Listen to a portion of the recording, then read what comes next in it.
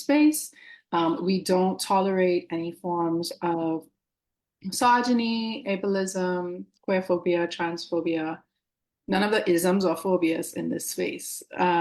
This is really a space for all who want to, join us in building community together. And so we're very happy to be joined by Margot Bethel this evening. Margot is a friend of Equality Bahamas and has collaborated with us in a number of ways over the years. And so we're really happy to have her here this evening. We are going to go live on Facebook. So we may have a few folks join us from Facebook, and we'll be checking the chat on our Zoom as well as the comments on Facebook, just to make sure we capture everyone who may be joining from both Zoom and Facebook. My name is Lauren Glinton. I'm a volunteer here at Equality Bahamas, and I've been volunteering since 2020, and it's my pleasure to be a part of the team. We are hoping to bring Women's Wednesdays back in person sometime in the near future. We do have the next Women's Wednesday scheduled for Wednesday, October 2nd. So please do follow us on Instagram and Facebook. We're also on Twitter, Equality242, to stay up to date on future Women's Wednesdays, as well as other events and initiatives that we have planned for the rest of this year. One of the things that we organize every year is a Global 16 Days campaign. So that'll be happening in November and December. And in addition to the monthly Women's Wednesdays, we also now offer a feminist book club that meets every month. So we'll be meeting on Wednesday, September 18th to discuss the book Stay With Me. And the following books will be released if you want to join us for a book club. So I want to begin, I think, with just a little bit of background of how we chose this topic and then ask you a few questions, Margot. So we were chatting as a team about the fact that rest is often something that people feel guilty about, taking, and just the fact that it can be challenging to prioritize because, life gets so busy with work and family and other obligations that people often don't know how to rest in a way that is free from guilt and free from this idea of having to always be productive, right? Like we know that rest is productive, but it's hard to kind of unlearn some of the things that we've learned about, work and rest and productivity. So I think it would be great, Margot, just for you to introduce yourself and maybe tell us a little bit about your practice of rest, and then we'll get into a bit of like moderated discussion. Okay. Well, first of all, I want to thank you, Equality Bahamas, and thank you, Lauren. I think Jessica and Alicia and everyone involved for having me here. And thank you for doing what you do. It's really a beautiful part of the community that I hope to enjoy more sessions. I'm glad to hear you're getting back up and running. So this has been an interesting subject for me to contemplate, actually, believe it or not, as a meditator. So I have lots to say about restfulness. And also, I just wanted to mention that the type of meditation I practice, it's kind of, it may be restful, but it may also be something that helps. It's sort of a path. You sort of have to take a pathway to get to the restful part. Let's put it that way. And I'm not sure. I mean, we probably have time to talk about this in different ways during the session. But firstly, I just wanted to say that I'm an insight meditation or mindfulness meditation practitioner. And I've been practicing for about 10 years now. And I'm in a teacher's training with Tara, Brach, and Jack Kornfield of the Insight Meditation Center in California. And this practice is sort of the way that I think we're going to be doing maybe going to do a meditation at some point. So I just wanted to say that it's practice involves really becoming more aware and attuned to what's going on inside our bodies. And that can, that can be both, it can help us to pay attention to how much we're not relaxed, basically, as we get to that place where we sort of, it helps us to gain understanding about what's going on in our bodies and minds. Of course, there are practices that can simply help you relax, and guided meditations, and I'm going to give a guided meditation like that today. But I did want to, point out that there's deeper places you can go with this type of meditation that I've learned where I'm, practicing. Yeah. So I'm, I think there's sort of places that restfulness, or how do we find rest, links with relaxation. It's not quite the same. So yeah, I don't know if that's enough of an introduction. Maybe. No, it is. I think it's helpful to know that distinction, or to understand that distinction between rest, relaxation, right, mindfulness, meditation, because I think all of these words can sometimes be used synonymously, right, when they're not actually synonymous. And so it's good to know the difference. And I think mindfulness is also something that has come into, like the larger cultural discourse within the last like 10 to 15 years. But it's still even something that's not necessarily understood by everyone in terms of the practice and how it can be a tool for rest. So one of the, first questions that I want to pose to Margot, but also the folks on the call, is, what does rest look like for you? So feel free to unmute your mic or to type something in the chat.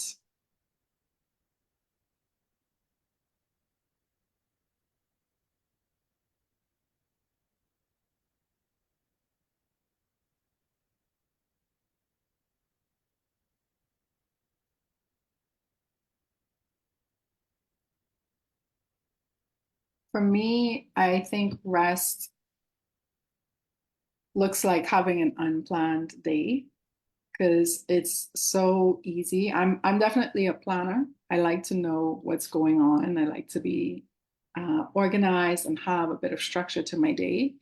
But I found in my own experience that when, I wake up on a Saturday, for example, and I don't have anything planned, I'm not running errands, I'm not, socializing, but I'm actually just letting the day flow and, kind of seeing where the day leads me, that ends up feeling very restful for me, because I feel like during the week, particularly the work week, I'm just going all the time. And I find it hard to find ways to rest throughout the day when I'm working. So I like to have like an unplanned Saturday or Sunday every now and then.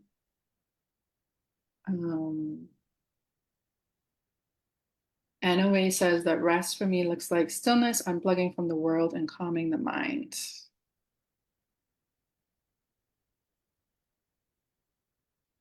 Yeah.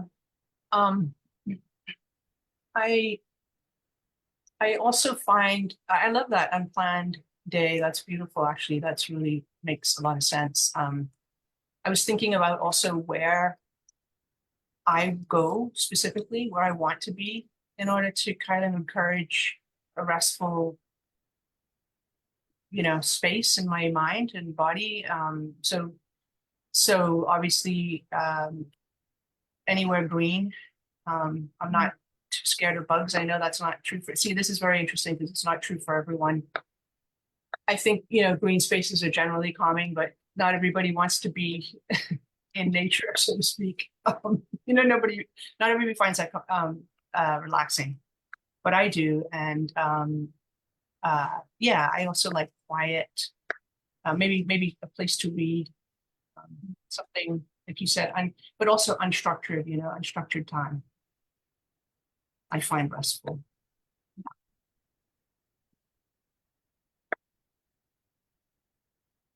And Margot, can you talk a little bit about how you carve out moments of rest for yourself, maybe particularly when you're having a busy week? Um, because I think the way that our work lives have been structured, around that Monday to Friday, and then on the weekends, people try to find moments of rest, but sometimes the weekend just ends up being time that you get other work done, right? Like whether it's housework, care work, or generally just some form of unpaid work, but it still requires time and energy and attention. And so it can be hard to kind of make it a daily practice. Can you talk a little bit about how you do that, whether it's through meditation or some other practice? Yeah, that's a great question. Thank you. So I do have a daily regular practice of meditation, and I make sure I do it first thing in the morning. That's kind of um, a religion for me.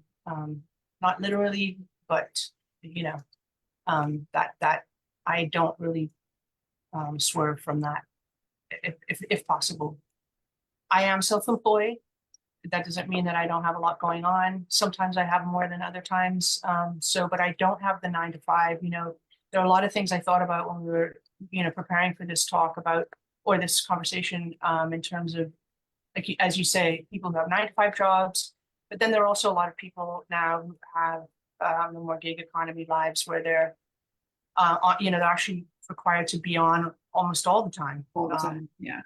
So they can never get a chance to disconnect, or they have to, be really, or it could affect their performance and things like that. So the one thing that really popped up for me, aside from the meditation practice, and I by the way, I don't know how many people here may or not practice meditation, but one thing I really believe in is it's better to do a really short meditation than none at all. If you can um, schedule it in, even it's better to just do it, even if it's 2 minutes. It's better than not doing it, because the practice of putting it in that, like prioritizing it in that spot, becomes more habitual. And I think over time, if you find it's beneficial, you will increase that time. You'll find a way to increase the time. But of course, one thing I thought about a lot was as I become more aware through my practice. So my practice helps me to be able to tap into what's going on. Let's say, for example, life can be highly dysregulating, right? There's so much going on. You're getting calls, and you've got deadlines and stuff, and so or you've got relationship stuff going on in your home, and you got whatever. So being able to practicing helps to quiet that time down so that you can actually hear what's going on and you know what you need.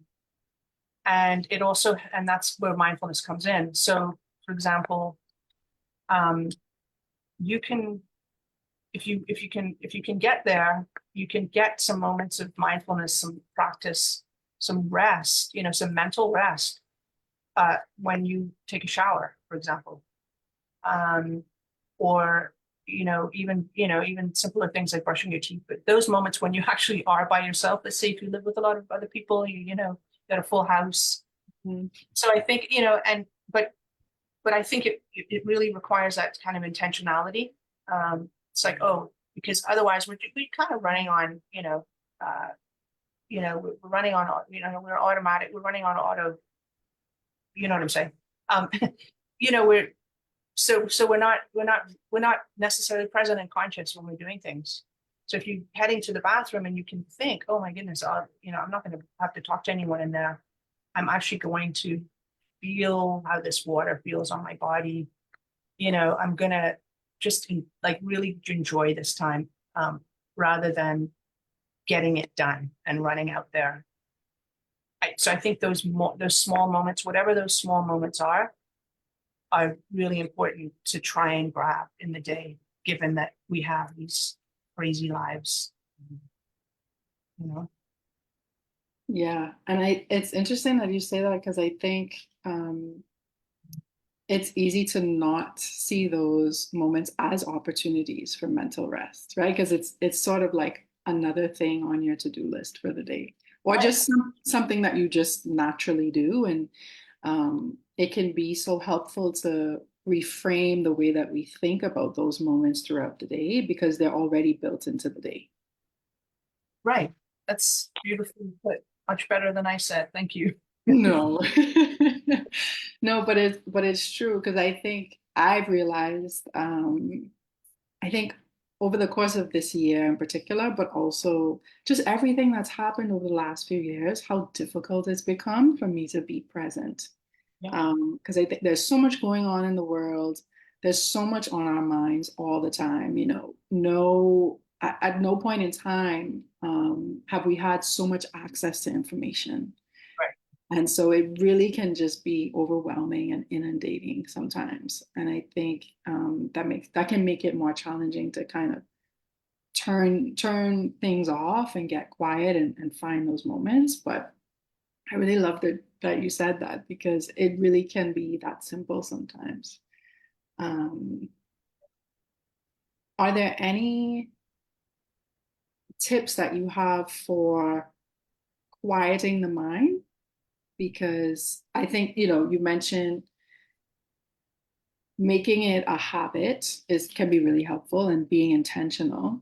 But I think even something that I've struggled with, because I have tried meditation before, but I find that, I'll quiet my mind and then 10 seconds later it's going. That's normal. Yeah. I mean, a lot of people, I think there's a lot of illusion about meditation in general. I mean, this particular, there are different types of meditation. Obviously, there's chanting, and there's devotional meditation, and there are different kinds. This one is the quiet, one of the quiet ones. And I mean, that is the whole idea, right? Your mind, uh, that's what happens is when you get quiet, you hear what's going on. You hear your mind just going, everything, right? Like, stuff that happened the day before, or, had a bad conversation with a friend, or, or something crappy happened at work, or or you've got deadlines coming up and you're stressed about those things. And so that's normal. But, I can say that you can trust that you will get past that. It takes time. Um, Breathing is a huge part of it. And I think, we could talk about breathing a lot more. I didn't even realize when I started learning meditation that breathing was so integral to it. And I had learned how to breathe doing yoga when I was much younger. But, there are ways to breathe, right? You want to try to breathe into the belly as opposed to up here in the chest. And those are things that you can learn as well by practicing yoga, for example, or you can learn them separately. And as you know, there's tons of apps out there now. And like you said, we have access to so much more information than we ever did. And it kind of blows my mind because I think for a long time, I felt like I was out in the wilderness. I mean, I remember being in my 20s and thinking I would like to learn meditation. And it was just, it was nothing. There was nothing here. I didn't even know how to connect. And I did read a lot of, great spiritual books at the time, but actually learning how to meditate the way I'm doing it now didn't come in so much later. So, that I really emphasize being kind, to yourself. If you do 10 minutes of meditation, that's a lot. And, if that's all you can do, that's actually great.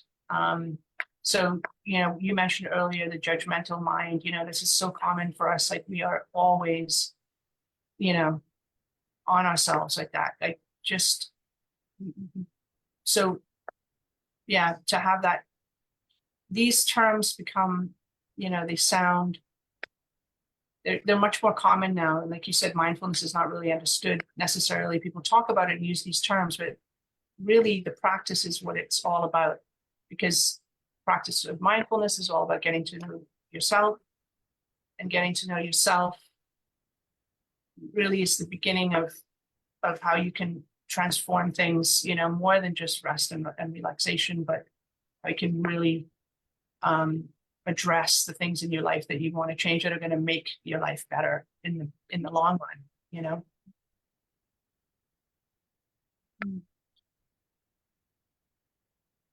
That's interesting because I think, like, would you say that there's a certain um, shift in knowing yourself just by practicing mindfulness or like getting better at it, at being mindful? Yes, definitely. Because, well, there's a few things happening. One of them is that you become less reactive, right? So usually so when something's triggering, whatever that might be, you know, you're already tired, you're hungry, you know, thirsty, you haven't slept properly. It's much more difficult to manage the emotional stress that's going on around you, right? Anything that someone might say to you, anything that you might think about. So meditation over time helps you to become more able to respond, because instead of instead of just, oh, you know, I got to say something back to that person, or I've got to, you know, I've got to I'm having an emotional reaction. I'm mad. I'm sad. There's nothing wrong with those emotions, by the way. But you become more able to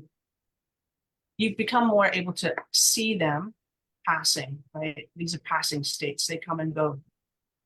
And so then you're able to just kind of go, okay, so let me just get curious about what's happening right now. I'm feeling irritated by this person. But instead of snapping at the person, you just kind of go, you know, you go within and you go, okay, well, what does this feel like? And you can start to describe how it feels. And these are all parts of a process that can happen as part of mindfulness.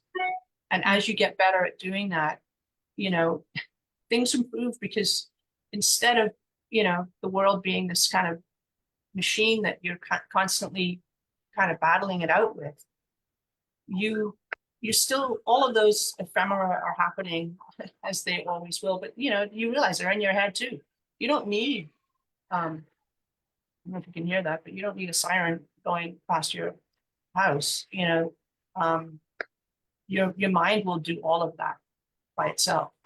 And so as you become more aware of that, you are able to, like I said, become more responsive, less reactive, and that helps a lot with calming yourself in general, you know, and handling the ups and downs that life is going to throw at you, you know. Mhm. Can you talk a little bit about the difference between rest and relaxation? Yeah. Um, I would actually, is there anyone out there that wants to respond to this? Because I'm still trying to define it myself, and I'd like to know if anyone else wants to weigh in on that question, difference between rest and relaxation. Mm.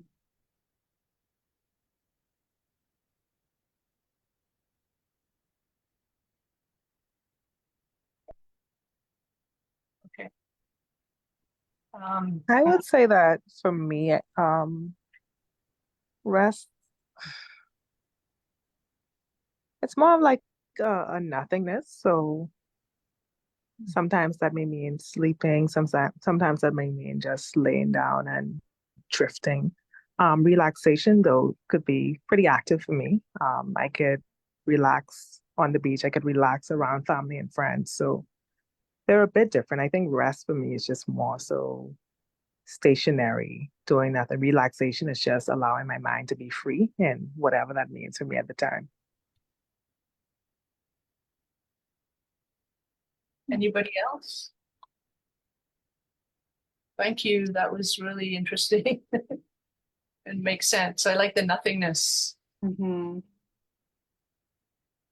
I'll share. For me, when I hear the word relaxation, I think of massage, getting a massage, or you know, like doing something that physically relaxes me. To Shantae's point, like I often think of it as something that's quite active in that sense. Um, And I think a massage can be restful, and sometimes I'll fall asleep, but I still tend to think of it as like relaxation or relaxing activity, as opposed to that stillness and nothingness that Shantae associates with rest. I think I make that same distinction. Yeah, I mean, like I think I know people who think that video games are restful. Oh. Yeah. Oh, sorry, not restful, relaxational. Like Re- yeah, right, they find, relaxing. they find video games relaxing because it sort of breaks the connection between, you know, the part of their minds that they're thinking about and stressing and worrying about things, Mm. right? Yeah. So that's interesting to me. But So how do you distinguish between the two, Margot? yeah, that's an interesting question. I've already explained that I don't, or said that I don't think the type of meditation that I do is actually technically qualify as restful, but it leads to states of mind that um, are can be associated with things like bliss, although you have to be careful about that because then it sounds like you're advertising that meditation is only blissful and it really isn't. But it can help with it's definitely a calming, can be a calming experience. So that's another term that, sort of related to rest and relaxation. Um, yeah, I mean, but I thought it was interesting. I think Shantae, sorry, said that she finds going to the beach relaxing. Mhm. Uh,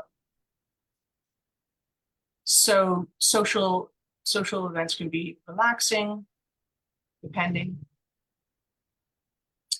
Yeah. And But I what know is, Paige just shared in the chat that rest and relaxation seems similar to me. Actually, I use rest to relax as well. yeah, yeah, yeah. I kind of maybe I think that relaxing leads or is like a gateway drug to resting, or could be. Because if you do something relaxing, you open up, right? You feel maybe like you said, it could be exercise or yoga, or it could be a massage, be something to do with the body. Mhm. Um, but like a bath is restful. If you like baths, I think a shower can be restful. I like water. I find water very calming. Mhm. Um, but sleep is restful, right? And a lot of us have difficulty getting sleep. And I think those getting better sleep is tied um, to learning how to calm oneself before you go to bed and stop doing some of the things that you shouldn't do. My worst habit before, not right before bed, but close enough is snacking. I already know that's bad, like for my sleep, so yeah, so yeah, I'm still working on this one. Like I said, I think they're all connected, and it's really interesting how we define these things, for ourselves. Um, Um, and this is a question for the group, but why do you think rest is important?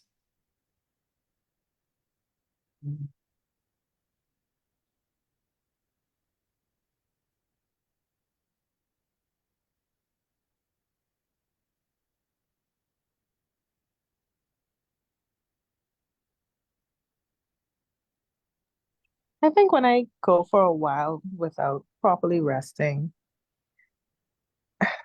I may be functioning, I mean, in the literal sense, but it's just not at the optimal level. I find myself very dysregulated. I find myself very anxious. Mm. It affects everything else, my eating habits, my sleeping habits. It's just not a good place for me to be in. So I try, well, Not really, but I'm working on prioritizing rest as much as possible. I understand the importance, but I just need to put it into practice. Mhm. Thank you for sharing. NOA said something similar in the chat to prevent burnout. Rest is important. Yeah. Do you want to share anything, Laura, before I run my mouth, as we say? No, please run your mouth. Well, both of those comments, made me think about stimulus or stimuli. It's kind of, I mean, that's why eating is a good idea, right? Because your stomach's like, well, now I have to digest food while we're trying to sleep. Like that doesn't make any sense.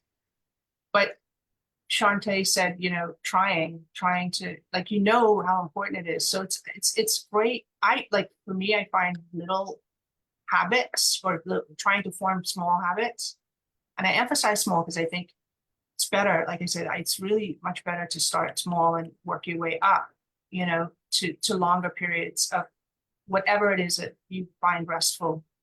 But yeah, to prevent burnout. And so like what causes burnout? We're never off of our phones or our screens, or we have a never-ending list of things that we have to do.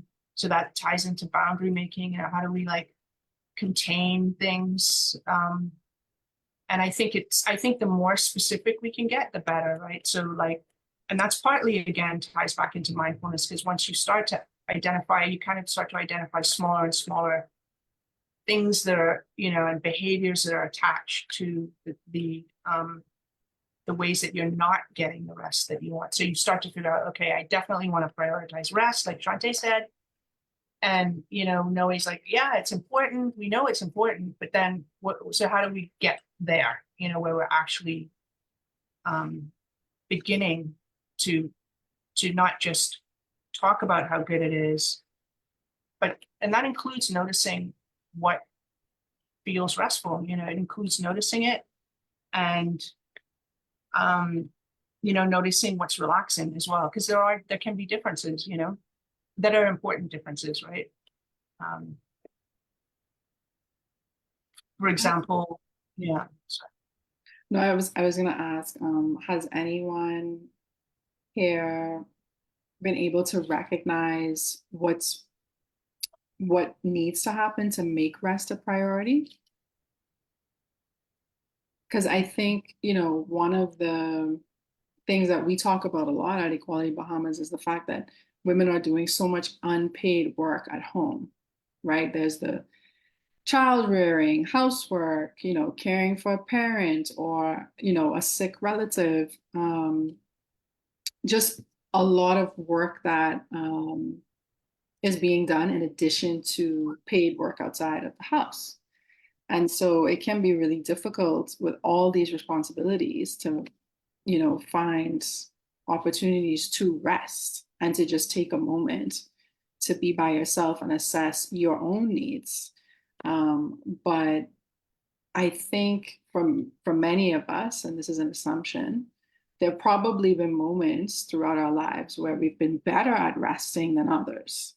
And so I guess my question is, what has that looked like? Like, what is that required from the people around you?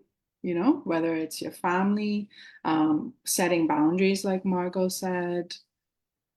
I think one of the great benefits of Women's Wednesdays is, being able to share knowledge. And so, if you have anything related to this that you would like to share, I think, we could all benefit. Okay, so anyway, mentioned in the chat, I have to set boundaries and adhere to them. Like no answering emails at home, no work calls after 5. Rest is solely for me to reset and prepare for the next day. That's a good one. I think especially since the pandemic introduced work from home for a lot of folks that weren't working from home before. And, it's easy to overwork at home because you're already home. You have this sense of needing to be available, people also have this expectation of you being available. And so those things really can make it difficult to set boundaries. And then Raquel said in the chat to help us to coordinate our body spiritually, emotionally, physically, and mentally. Great. Yeah, great answers. What really strikes me in a way is adhering. You have to set boundaries and adhere to them, because it's kind of what I was alluding to before too. Like, yeah, there are stages for us to get to that place. We might have to first just realize I can't do this anymore. This isn't tenable. I can't live my life this way. From there, you go, okay, I'm going to start setting boundaries, and then nobody, like pays any attention and just runs right over your boundaries. So then you got to figure out, okay, how am I going to make sure that these boundaries stay in place? And so you're constantly working it out. But I think when you get there, I mean, this is really quite inspiring, right? Rest is solely for me to reset and prepare for the next day. That's real self-care, And I guess it's another thing that ties in to rest is self-care. And then Raquel saying coordinating our bodies. So kind of a holistic thing, right? Like the awareness that we can't isolate the mind, the body, the spirit, our emotions, like they're all tied together. And rest obviously helps with all of those states. So that's really beautiful too, just acknowledging that maybe we feel more whole when we rest in a way, That might be kind of a vague statement, but I think it's true for me that I feel more sort of together, able to hold things a bit better when I'm rested. Yeah. I mean, I definitely feel more like myself. Right. Just to that point that you made earlier about being able to respond instead of react, and just not being on autopilot, really being in tune with myself and feeling like I can respond in a way that's aligned with who I am and who I want to be. And so, yeah, I always feel so good after getting like a good day of rest, or like even just a half day can make a difference. A few moments throughout the day, or just carving out that time makes such a difference. So before we move into the meditation, I just want to open it up to any questions that you may have from Margot specifically. And then Margot, you can introduce us to this practice of meditation and guide us through. Okay. Okay. So if you have any questions, feel free to put them in the chat or to unmute your mic.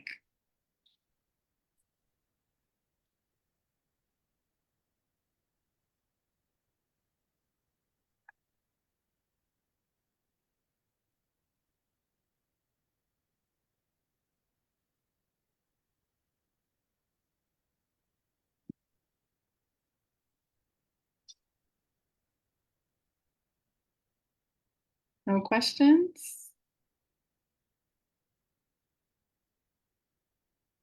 Okay. So we can move into the guided meditation, Margot.